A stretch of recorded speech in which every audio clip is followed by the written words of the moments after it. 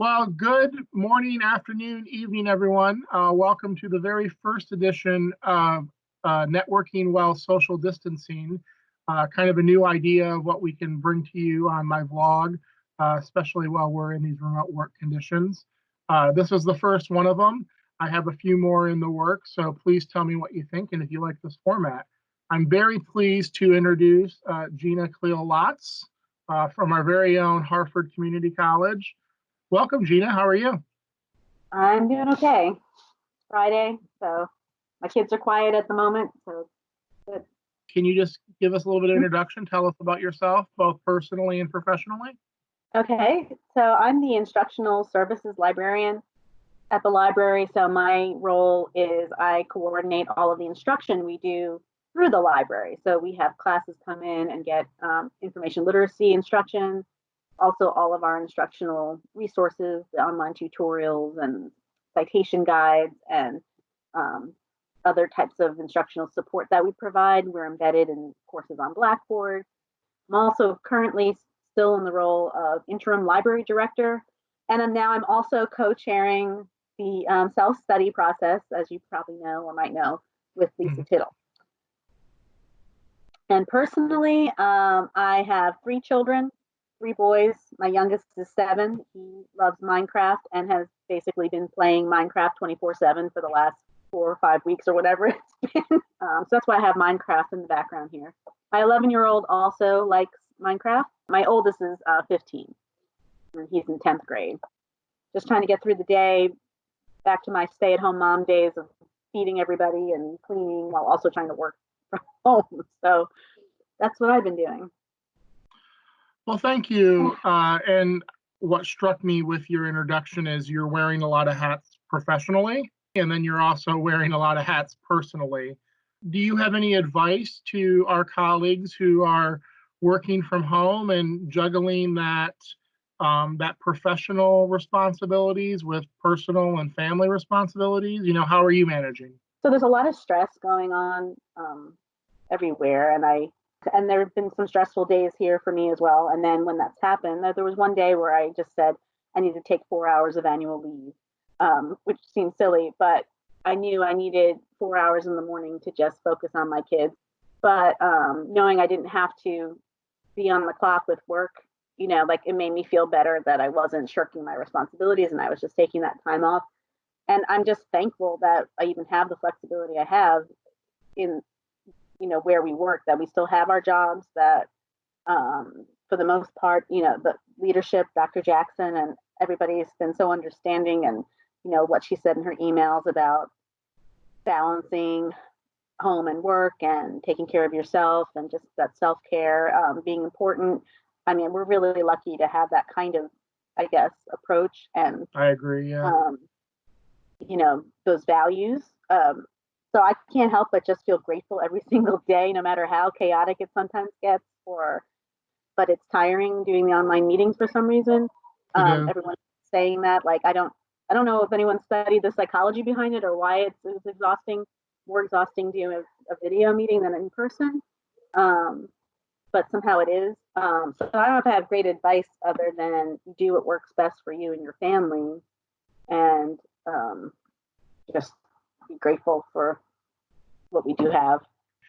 I really do appreciate your perspective about taking leave and focusing on you. Taking time for yourself is okay. I myself have leave planned for next week, and I've decided to keep it.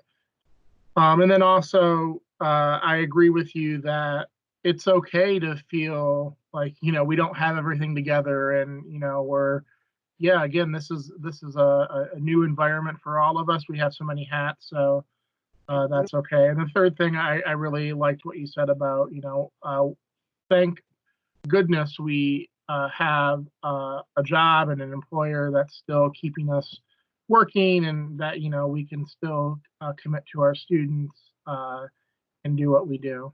So I appreciate your thoughts there. Let's talk a little bit more about online meetings, because I think that's a very interesting point. How have you been managing your virtual meeting life? I think not nearly as bad as it is for you guys who are up in, more administrative roles. It's been okay. I think, the first week was sort of like everybody figuring out how to use Teams and trying out this whole video meeting thing. So it was kind of exciting in a way. And I was like, oh, this is so cool. And it was so cool to talk to everybody because we hadn't seen each other. So it was kind of like a novelty. And now I think it's just become just what we do. So it's almost like it's going to be weird adjusting to going back to in-person meetings in some ways, because now it's so easy to set up a Teams meeting and all you have to do is click the link and be wherever you are. Like in some ways, I think we're going to have to adjust back to walking across campus to find, Right. finding a room or reserving a room and all of that. In what ways have you seen the Hartford Community College Library innovate and grow as a result of some of these responses? Yeah, that's a good question. That's exactly what I've seen happen, especially among the librarians. I mean, we have different staff. Not everybody works with technology to the same degree, but we have about 6 part-time librarians. Actually, we have 7 right now, plus the 4 of us who are full-time. At first there was kind of concern, does everybody have work to do? What's everybody going to be doing? But the librarians really kind of just took it upon themselves to create online guides to things. We have these online subject guides through LibGuides at the library. So 2 new ones were created. One is basically for like COVID-19 resources that online publishers and databases have opened up some of their content. So we've been working more with that, creating just other help guides and things that are needed. So they've really just taken that on and trying out the chat feature. And we just had a department tea yesterday, not a meeting, but just among the department, socialized, just chatting. So that was nice, just for social purposes, because you do miss that interaction, even if it's the non-work related kind of banter or discussions that happen in the office. So that was kind of nice. We've been supporting faculty as well with questions they've had about accessing things like online videos for movies they would have shown in class. Have online reference chat. So we have shifts now where students or anybody can chat with us online from the library's website. We've always had that. We've already been doing a lot online, so it's not as much of an adjustment, I think, for libraries.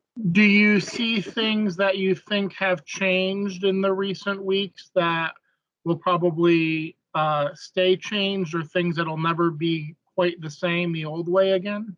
Like I said, I think we might do more video meetings, because why not? But now that we're using it more, I think we'll continue to use it more for our regular work.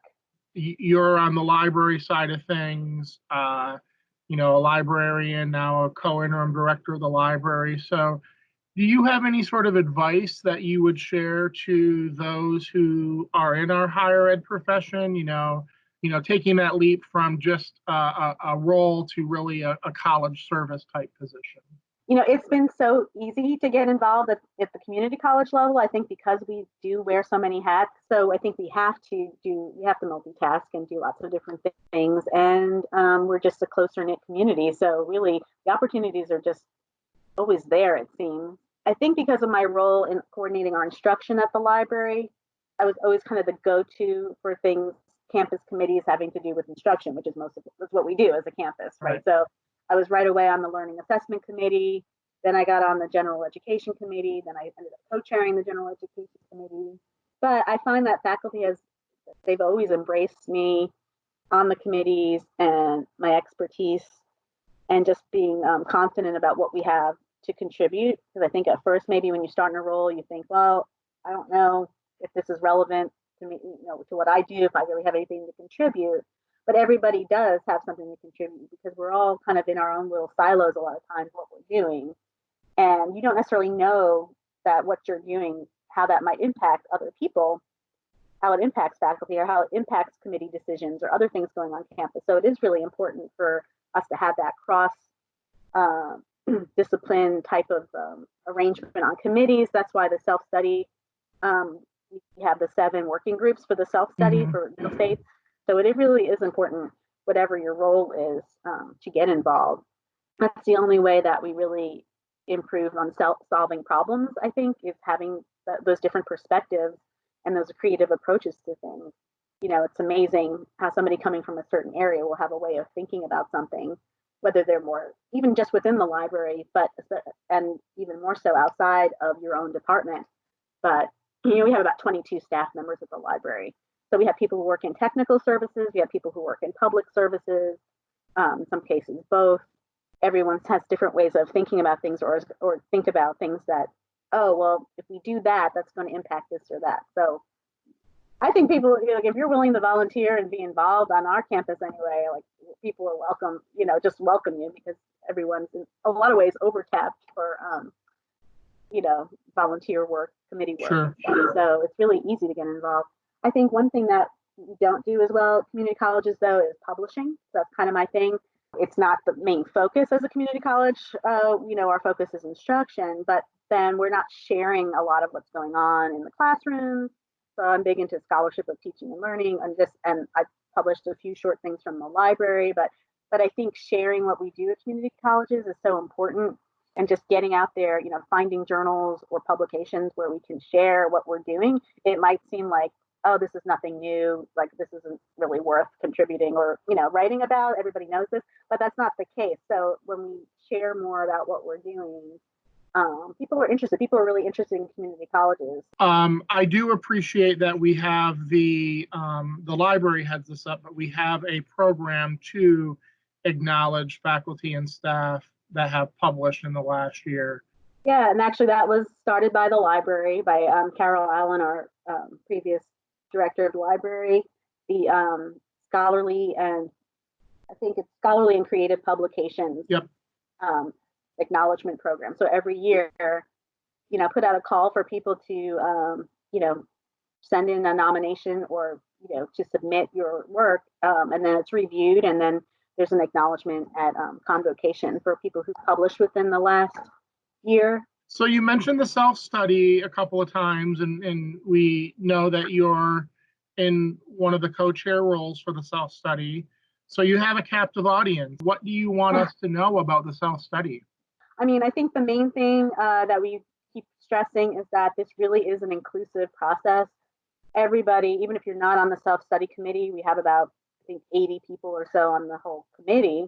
But even if you're not, we do need your contribution to bring up things that are missing that we want to mention in the different sections, things, because we don't necessarily know everything that's going on campus.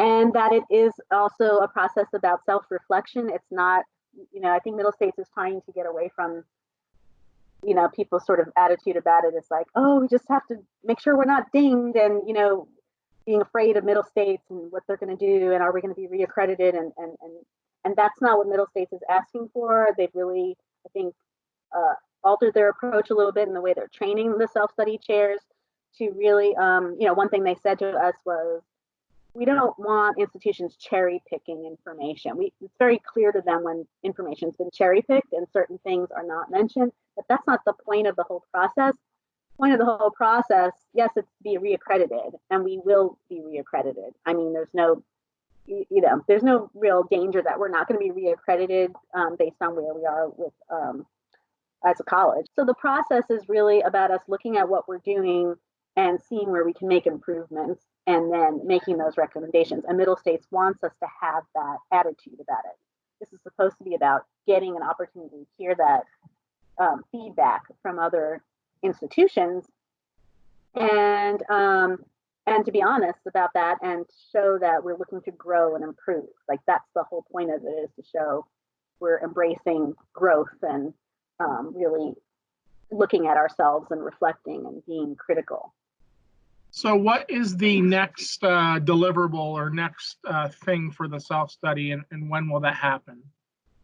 Well, we just submitted, as of, I think, 2 days ago, the self-study design report, which is just, it's basically an outline of what our process is going to be like. Middle States had these certain sections we had to respond to, how we're going about forming the working groups, and how the working groups are going to do their work, and how we're building the evidence inventory and the documentation. So all of that is sketched out in the design, and that's been submitted. And then our VP of Middle States, who's our rep, is Dr. Bob Bonfiglio. He was supposed to come and visit campus as a preliminary visit April 30th, but won't be able to do that now, of course.